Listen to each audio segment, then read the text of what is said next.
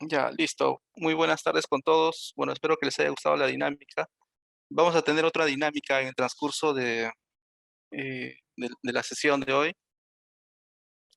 Lo que se va a tratar en este día es el módulo 4, que es la implementación de los mecanismos de retribución. eh, y en este módulo se está contemplando ocho temas. Los lineamientos para la implementación que ha publicado el Ministerio del Ambiente, el registro único de los merece, que también es parte de los lineamientos de la implementación, las estrategias de financiamiento, de retribución, que también son partes de los lineamientos, la orientación para la administración de los recursos económicos, de igual manera, la hoja de ruta del proceso integral también, y luego entramos ya un poco al sector saneamiento, ¿no? A partir del punto 6, la implementación en el sector saneamiento, el diagnóstico de las EPS en el sector saneamiento y los casos de éxito implementados, ¿no? Como podrán ver, aquí se ha agregado un tema, que es el punto 7, respecto de lo que está estipulado en la malla, ¿no? Considero que esto es muy importante para poder entender un poco mejor este desenvolvimiento de las empresas en la implementación de los mecanismos de retribución. Entonces, a ver, empezamos. Lineamientos para la implementación. Ya, antes de revisar estos lineamientos, es muy importante tener en cuenta lo que se ha presentado en las sesiones anteriores. Como saben, la ley 30-215 es la ley marco, de alguna manera, la ley madre de los mecanismos de retribución, ¿no? Que ha sido aprobada por el Congreso y posteriormente el reglamento aprobado por el Ministerio del Ambiente, ¿no? El reglamento de la 30-215. Entonces, estas dos normativas son las que principalmente desde el sector ambiente eh, se enfocan en lo que se llama los mecanismos de retribución, ¿no? Y por otro lado tenemos otro conjunto de normas, como es el decreto legislativo 1280, eh, que ha sido aprobado por el Ministerio de Vivienda, que consiste en la ley marco de la gestión y prestación de los servicios de saneamiento, ¿no? Y al mismo tiempo tenemos su reglamento y la directiva de MRC hídricos, que también se presentó en las clases pasadas, ¿no? Entonces, ¿cómo calza los lineamientos para la implementación que ha publicado el Ministerio del Ambiente dentro de este conjunto de normas, ¿no? Estos lineamientos básicamente estarían debajo de este reglamento de la 30-215, porque como saben, la ley estipula tiene artículos generales, ¿no? Acerca de los mecanismos de retribución. En cambio, en el reglamento ya se van detallando cada uno de esos artículos, haciéndolos mucho más específicos, ¿no? Ya te explican con más pasos en qué consiste la implementación, el diseño y todas esas etapas, ¿no? En cambio, en este otro documento que ha, a ver, ha aprobado el 22 de enero del 2021, es decir, este año, el Ministerio del Ambiente, ya entra en un mayor de detalle acerca de lo que es la implementación de los mecanismos de retribución, ¿no? Entonces, a ver, vamos a revisar un poco estos puntos, como por ejemplo el concepto, ¿no?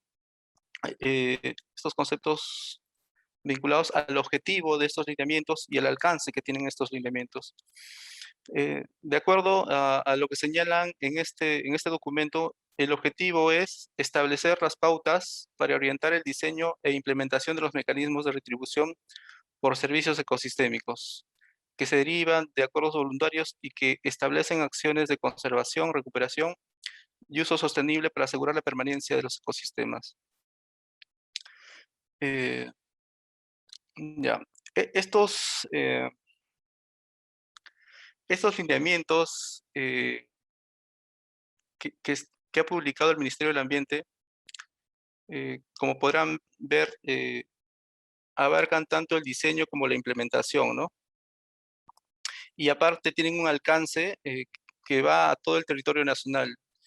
Incluye a las personas naturales y jurídicas, públicas o privadas que promuevan o diseñen o implementen mecanismos de retribución. Es decir, abarcan a las empresas de saneamiento, a las juntas de riego y a todas las instituciones que quieran, digamos, implementar este tipo de esquemas, ¿no? Es una norma que va transversal a todos los sectores. eh, y eso es muy, muy importante tenerlo en cuenta, ¿no? Además de eso, también es muy importante tener en cuenta lo que señalan en el punto 6 en las disposiciones generales para el diseño e implementación de los mecanismos de retribución, ¿no? A lo largo del documento van a ver este término merece o en algunos casos MRCE, son lo mismo. eh, Se podría decir que merece es un término más comercial, y en cambio el MRC es un término más legal porque es lo que más figura en la norma. En la 3215 figura MRC, no figura merece, ¿no? En estos lineamientos sí figura merece, pero en las normas madre de estos mecanismos de retribución figura la abreviatura MRC, que es el nombre legal, como les comento. Entonces, van a ver esa denominación a lo largo de todo el documento, ¿no? Indistintamente es lo mismo. Entonces, en este punto 6 sobre las disposiciones generales, sobre los aspectos generales para el diseño e implementación de los merece, el MINAM en el punto A señala, ¿no? El MINAM es el ente rector del sector ambiental en los servicios ecosistémicos. Diseña, regula y promueve las políticas, normas y procedimientos para el desarrollo, implementación y supervisión de los mecanismos de retribución, así como evalúa y aprueba las modalidades de retribución de los merece. Ya, es muy importante tener en cuenta esto, o sea, que el ministerio es el ente rector, pero al mismo tiempo también es muy importante tener este otro punto, la R, donde se señala lo siguiente, ¿no? Sin perjuicio de la aplicación de los presentes lineamientos, en lo que corresponda para el caso de los merece en el sector saneamiento, a las empresas prestadoras de servicios de saneamiento también les resulta de aplicación la Ley Marco de la Gestión y Prestación de los Servicios de Saneamiento, ¿no? Su reglamento y la directiva, entre otros. Es decir, cuando el Ministerio del Ambiente aprueba o genera estos lineamientos, está haciendo, digamos, está tomando en cuenta que para el sector saneamiento ya existen ciertos procedimientos, ¿no? Ciertos lineamientos que se han aprobado eh, antes de que se publiquen estos lineamientos, ¿no? Donde ya se especifican qué procesos, qué pasos tiene que seguir una empresa de saneamiento para implementar sus mecanismos de retribución. Y, y es por eso que es muy importante tener en cuenta estos dos aspectos, ¿no? Considerar que el MINAM es el ente rector, digamos, el que da las pautas a nivel nacional de cómo se implementan los mecanismos de retribución, pero también en el caso de las empresas de saneamiento, pueden utilizar tranquilamente estos lineamientos, como también pueden utilizar las propias normas, lineamientos que ya el sector ha sacado, ¿no? El sector saneamiento. Entonces, a lo largo de esta presentación, más o menos lo que voy a mostrarles es un análisis de ambas normas, porque es muy importante tener en cuenta algunas diferencias o similitudes que pueden existir al momento de leer estos documentos, ¿no? Y uno puede tal vez a veces confundirse si es que no tiene claro algunas cosas. A ver, vamos a pasar al siguiente punto. Acá de partida, a ver, de partida, en estos lineamientos se denominan así, ¿no? Dice lineamientos del diseño e implementación de los mecanismos. A ver, no sé por qué no se borra esto. Ya, no se oculta. Bueno, el título de esta normativa es Lineamientos para el diseño e implementación, ¿no? Esto en el sector saneamiento de alguna manera ya se ha modificado. No se habla de diseño e implementación, se habla de implementación como un todo, ¿no? Y esa implementación tiene tres etapas. Tiene la etapa de diseño, la etapa de tarifa y la etapa de ejecución. En cambio, en esta normativa que está publicando el Ministerio del Ambiente se distinguen esas dos fases, ¿no? El diseño y la implementación. Y lo vamos a ver con más detenimiento cuando veamos la hoja de ruta y cuando veamos toda esa desagregación de lo que se entiende por diseño e implementación. A ver, qué más es importante tener en cuenta aquí? En el punto 6, disposiciones generales para el diseño e implementación, dentro de estos lineamientos se listan todos los servicios ecosistémicos que forman parte de los merece, ¿no? Y dentro de estos servicios, como se puede apreciar en esta parte de la izquierda, dentro de todo ese conjunto de servicios ecosistémicos está el servicio ecosistémico de regulación hídrica, está el servicio ecosistémico de control de erosión de suelos, entre otros servicios que son de interés tal vez para distintos sectores, ¿no? Para el sector saneamiento sabemos que los que están más vinculados son estos dos, ¿no? La regulación hídrica y el control de erosión de suelos. El tema de la belleza paisajística, por ejemplo, no lo vemos tanto. El tema de los recursos genéticos tampoco. Puede que estén vinculados con las acciones que se implementan, ejecutan, pero no son, digamos, el foco principal, ¿no? Lo mismo con la polinización, etcétera, ¿no? Recreación y ecoturismo y entre otros. Esto es, digamos, de alguna manera lo que está contemplándose dentro tanto del reglamento, o sea, si revisan el reglamento de la 30215 y los lineamientos, en ambos coinciden en estos servicios ecosistémicos. Pero cuando uno revisa, por ejemplo, la 1280 o en todo caso la directiva de MRC hídricos, que es lo que estoy mostrándoles al lado derecho, nos damos cuenta que dentro de los servicios ecosistémicos hídricos, además de la regulación hídrica y el control de erosión de suelos, se han identificado otros servicios, ¿no? Como puede ser el rendimiento hídrico, la calidad química del agua. El control de sedimento es, digamos, símil con el tema de control de erosión. Entonces, ahí no hay problemas. Entonces, también tenemos el tema de mitigación de crecientes que figuran en esta directiva, ¿no? Y que de alguna manera estos servicios se han considerado dentro de estas normativas del sector saneamiento en base a la experiencia de lo que ya se viene trabajando con las empresas de saneamiento, ¿no? En varios diagnósticos hidrológicos rápidos se ha identificado que esos son los servicios que de alguna manera se requieren atender, se requieren intervenir. Y en ese aspecto, o sea, lo que puedo señalar es que hay ciertas diferencias en estas partes, ¿no? Dentro de lo que tenemos en los lineamientos que ha publicado el Ministerio del Ambiente y lo que está, digamos, actualmente en la normativa del sector saneamiento. Entonces es muy importante tener en cuenta eso, porque parecería que no hay no se están complementando o no se están alineando ambas normas, ¿no? Al menos en esa parte. Sé que actualmente el Ministerio del Ambiente está trabajando en regularizar su reglamento de la 30215 y están trabajando justo en la inclusión y en el reconocimiento de aquellos servicios ecosistémicos que en el sector saneamiento sí se están trabajando y que no figuran en sus normativas, ¿no? Entonces, están haciendo ese ejercicio ahora, por eso es que tal vez todavía no se aprecia en esto que ya se publicó anteriormente, ¿no? Y para poder repasar un poquito más sobre estos conceptos de regulación hídrica, rendimiento hídrico, control de sedimentos, entre otros conceptos, voy a proyectar un video como de repaso, ¿no? Para que sepamos de qué estamos hablando cuando tratemos este tema de servicios ecosistémicos hídricos. A ver, segundo. Creo que hay una opción aquí para compartir sonido, ¿no? Tal vez Adriana me puede ayudar. A ver. A ver, ¿puede reproducir a ver si se escucha? De repente ya está ya desde el audio de Sí. su computadora. Ya les he ponido Share Sound. Ahí está. Creo que es genial. así. A ver, me confirma si se oye, Adriana, por favor. Para cultivar. Sí, ¿Se oye? se escucha Sí, ¿no? perfecto, sí. Ya, excelente. Entonces, Para beber, vamos a repasar para un poco bañarnos, sobre esos servicios. para alimentar ganado o generar energía, para divertirnos o relajarnos. Todos sabemos que el agua es imprescindible, pero ¿cómo un ecosistema nos proporciona agua? A esto llamamos servicios ecosistémicos hídricos. En ciertos lugares no hay suficiente agua para todas nuestras necesidades. O tenemos mucha agua en una época del año y en otra no tenemos nada.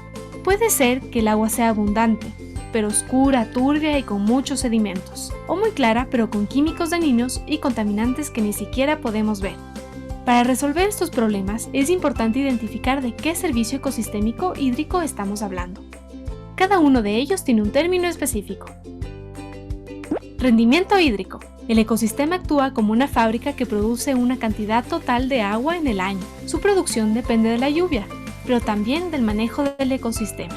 Algunos cultivos y especies exóticas no tienen la misma capacidad que las plantas nativas para captar neblina, retener el agua y liberarla. Incluso pueden consumir mucho más para su crecimiento, reduciendo así el rendimiento de la fábrica.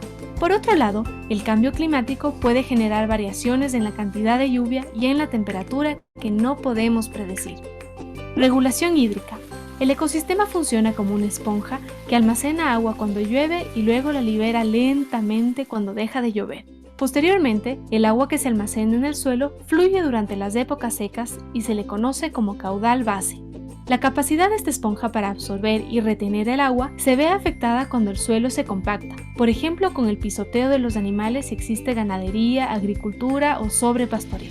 El cambio climático puede influir en la duración e intensidad de las temporadas secas y lluviosas, afectando también a la regulación. Control de sedimentos.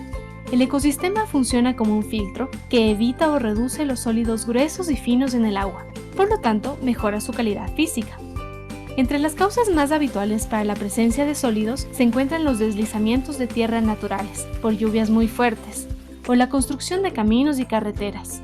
Asimismo, la labranza y la pérdida de cobertura vegetal desnudan el suelo y lo hacen más vulnerable a la erosión. Calidad química del agua. Significa que el ecosistema purifica el agua, es decir, que la depura para que no tenga sustancias dañinas al utilizarla.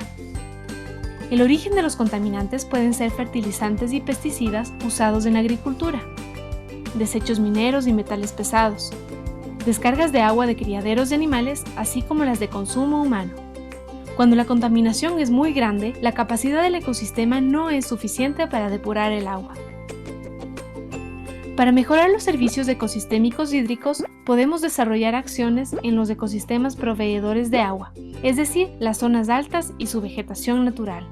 Entre las más importantes están: conservar y restaurar la vegetación nativa, fomentar actividades productivas de conservación, como la agricultura y ganadería sostenible o el ecoturismo, fortalecer prácticas naturales de almacenamiento de agua, que incluyen la siembra, crianza y cosecha de agua, o la infraestructura verde.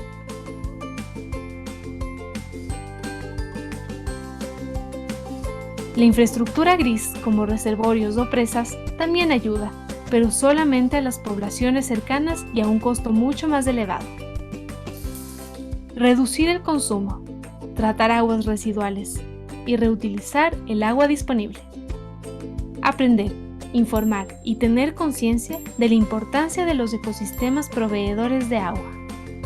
Al implementar estas acciones, es importante monitorear su efectividad y a partir de este conocimiento podemos priorizar las acciones para manejar los servicios ecosistémicos hídricos de una manera sostenible en el tiempo, pues tanto los pobladores que vivimos en la parte alta como aquellos en la parte baja dependemos unos de otros.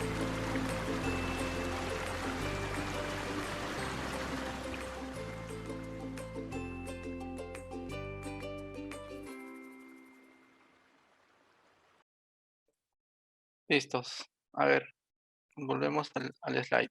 Como han podido apreciar ahí, existen estos servicios ecosistémicos. Precipitación es el agua Uy, que cae de las nubes en forma de lluvia, nieve. Y ahora sí.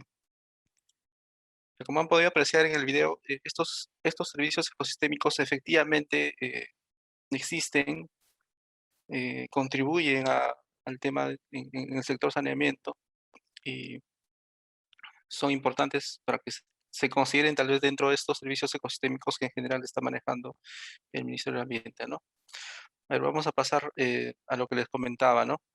En general, los lineamientos para el diseño e implementación que ha publicado el Ministerio del Ambiente maneja 5 fases, ¿no? Cinco etapas, como les comentaba, ¿no? El diseño e implementación se divide en varias etapas, ¿no?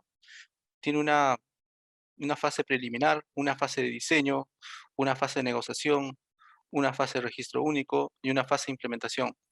Como se acordarán, en la sesión anterior, cuando se explicó sobre la implementación de los mecanismos de retribución, se explicó sobre 3 etapas, ¿no? Que es lo que voy a mostrar a continuación.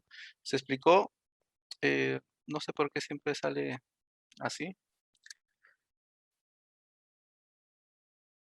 A ver, ya bueno, creo que igual se puede ver toda la presentación, ¿cierto? Creo que solamente en mi pantalla se ve una barrita arriba. Ya. Bueno, lo que quería enfatizar de esta parte es que en la normativa que ha publicado, digamos, el sector saneamiento, se habla de la implementación de los mecanismos de retribución, ¿no? La implementación como un todo. Y la implementación se divide en tres grandes etapas, ¿no? La etapa de diseño, la etapa de tarifa y la etapa de ejecución. Pues, esos son los términos, digamos, que se utilizan para referirnos a todo el proceso de implementación. En cambio, en la normativa que ha publicado el Ministerio del Ambiente, eh, en suma viene a ser lo mismo, solamente que se han dividido, eh, se han dividido en 5 fases. eh, hay ciertas diferencias en su contenido, como podrán apreciar. Ahora vamos a ver un poco más el contenido, ¿no? Por ejemplo, en la fase preliminar, lo que se considera dentro de los lineamientos eh, es la institucionalización del proceso del MRC, ¿no? Es como que los primeros pasos que se tienen que gestionar dentro del diseño e implementación. El tema de la sensibilización a la población, el tema de la identificación y priorización de los servicios ecosistémicos, fortalecer la gobernanza de la iniciativa MRC, conformar un grupo impulsor para el desarrollo del diseño. Y esto también es una diferencia, ¿ya? Porque en estos lineamientos figura, por ejemplo, la conformación de un grupo impulsor en la fase preliminar.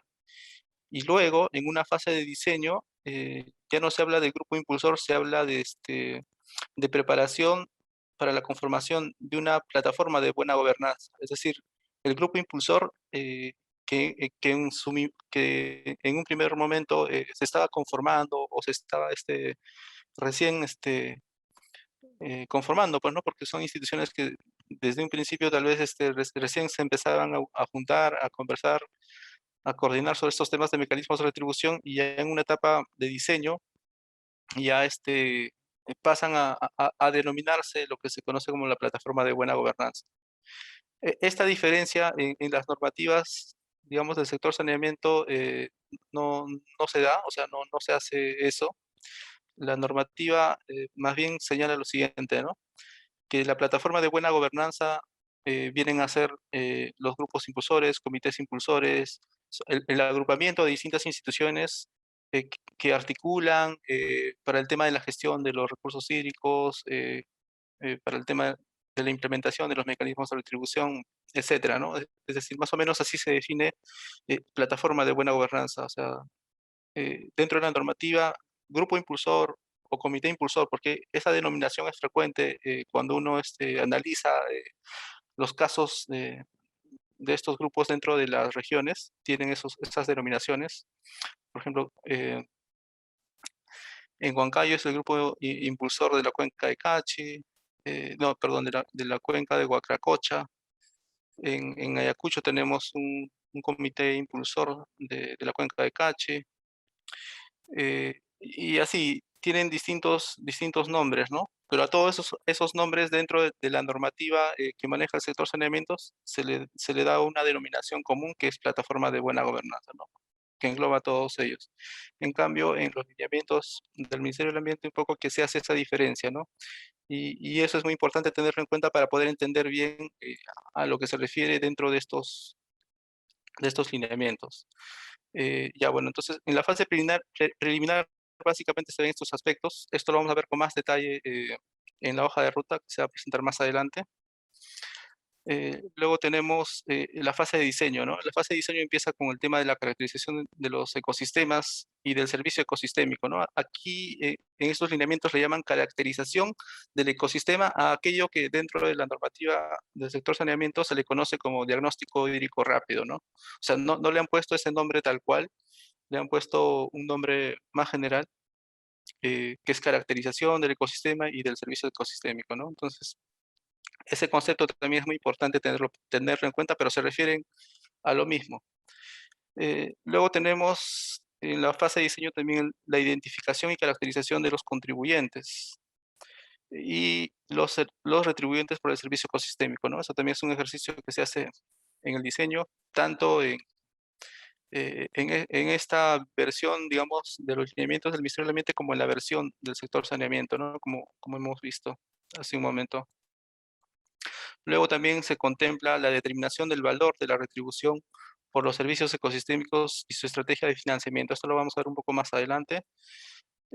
Luego, el diseño del sistema de monitoreo, del avance de la implementación de las acciones del MERECE y sus impactos en el servicio ecosistémico. Luego, la preparación para la conformación de una plataforma de buena gobernanza y la preparación del acuerdo MERECE, ¿no? Todos esos puntos se abordan dentro de lo que se conoce como el diseño, ¿no? Luego viene la fase 3, la fase de negociación, donde se gestiona la suscripción del acuerdo, ¿no? Por el contribuyente y el retribuyente. Y luego viene la fase 4, que es el registro único del MERECE. Este registro único actualmente recién se está, digamos, implementando. El Ministerio del Ambiente todavía, hasta donde tengo entendido, no ha registrado, o sea, no tiene en su registro único algún registro de algún MERECE reconocido, así como se señala en los lineamientos, ¿no? Está en proceso de implementación. Justo estos lineamientos han permitido darles tal vez esa base para que puedan iniciar con todo este proceso, ¿no? O sea, lo que pretende el registro único es reconocer los mecanismos a los contribuyentes o retribuyentes que implementan mecanismos de retribución para otorgarles ciertos beneficios, ¿no? Que también lo vamos a ver más adelante. Está el tema de la inscripción, la inscripción del MERECE en el registro único y los beneficios de la inscripción, ¿no? Y finalmente tenemos la fase 5, que es la implementación, ¿no? Y acá se presentan orientaciones para la administración e implementación de los recursos económicos, el reconocimiento y funciones de la plataforma de buena gobernanza, es decir, la plataforma pasa por 3 etapas, ¿no? Una etapa donde se llama grupo impulsor, otra etapa donde se está conformando, digamos, el grupo impulsor, y en una fase de implementación donde ya se le reconoce las funciones y roles que las distintas instituciones que conforman la plataforma van a asumir, ¿no?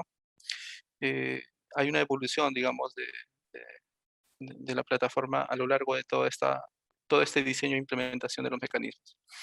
También se considera dentro de la implementación aspectos para considerar en la implementación de los sistemas de monitoreo, modificación o cancelación del registro único, supervisión en el marco de los MERECE y un reporte en el marco del registro único, ¿no? Que lo hace el Ministerio del Ambiente. Entonces, esto de manera general, esto lo vamos a ir desgranando poco a poco o desagregando poco a poco en las siguientes slides.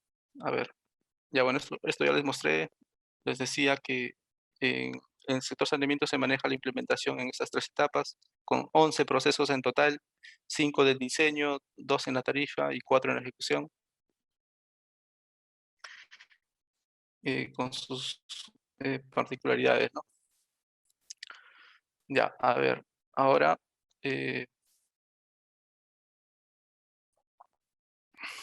ya, es muy importante también repasar estas funciones. Hoy sale que mi internet está inestable. ¿Me pueden oír? Si me confirman, por favor. Sí, ingeniero. ¿Aló? Sí, ¿no? Sí, escuchamos. Ya, gracias, gracias. Ya, perfecto. Entonces, también estoy mostrando esta parte de las funciones del MINAM en el diseño e implementación de los mecanismos de retribución. Creo que es muy importante repasar también estos puntos que se señalan en estos lineamientos, ¿no? Por ejemplo, en el punto A se señala, ¿no? Diseñar, regular y promover políticas y normas y procedimientos para el desarrollo, implementación y supervisión de los MERECE, en coordinación con otras autoridades. Eso es una de sus principales funciones, como hemos visto previamente, como ente rector de los servicios ecosistémicos ven todos estos temas, ¿no? Fortalecer las capacidades de los gobiernos regionales y locales para la implementación de la ley MERECE y sus normas complementarias, ¿no? A diferencia, por ejemplo, de las UNAS, el Ministerio del Ambiente sí, pues, ¿no? Sí tiene esas competencias como para brindar capacitaciones a los mismos gobiernos regionales, a los locales, en estos temas de mecanismos de retribución, ¿no? En cambio, las UNAS básicamente capacita y brinda asistencia técnica a las empresas de saneamiento, ¿no? el MINAM como ente rector tiene una mirada más amplia y puede abarcar incluso otros niveles, digamos, del gobierno, ¿no? Luego, en el punto D señala, ¿no? Promover la conformación de plataformas de buena gobernanza. Y sobre este punto también quiero mostrarles esto que señala la Directiva de Mecanismos de Retribución, ¿no? O sea, el MINAM tiene como función promover la conformación de plataformas de buena gobernanza. Y en la Directiva de Mecanismos de Retribución, la 039 del sector saneamiento, se señala que las empresas prestadoras, con la asistencia del Ministerio del Ambiente, promueven la constitución de plataformas de buena gobernanza, ¿no? Entonces, aquí quisiera hacerles una pregunta. ¿Por qué es que dentro de las normativas de los mecanismos de retribución, algún voluntario, a ver si se anima, por qué dentro de estas normativas, o sea, no se dice MINAM tienes que conformar plataformas de buena gobernanza, sino solamente se señala el término promover, ¿no? Y lo mismo pasa en la directiva, ¿no? Las empresas también promueven. ¿Por qué no se señala en ninguna de estas normativas, sí, directamente MINAM tiene que conformar las plataformas de buena gobernanza, o empresa de saneamiento, tú tienes que conformar una plataforma de buena gobernanza? Si hay algún voluntario, puede libremente opinar, porque en verdad no estamos aquí para poner ideas y discutir sobre ellas, ¿no? ¿Algún voluntario que quiera responder a esa pregunta? No es una pregunta simple tampoco.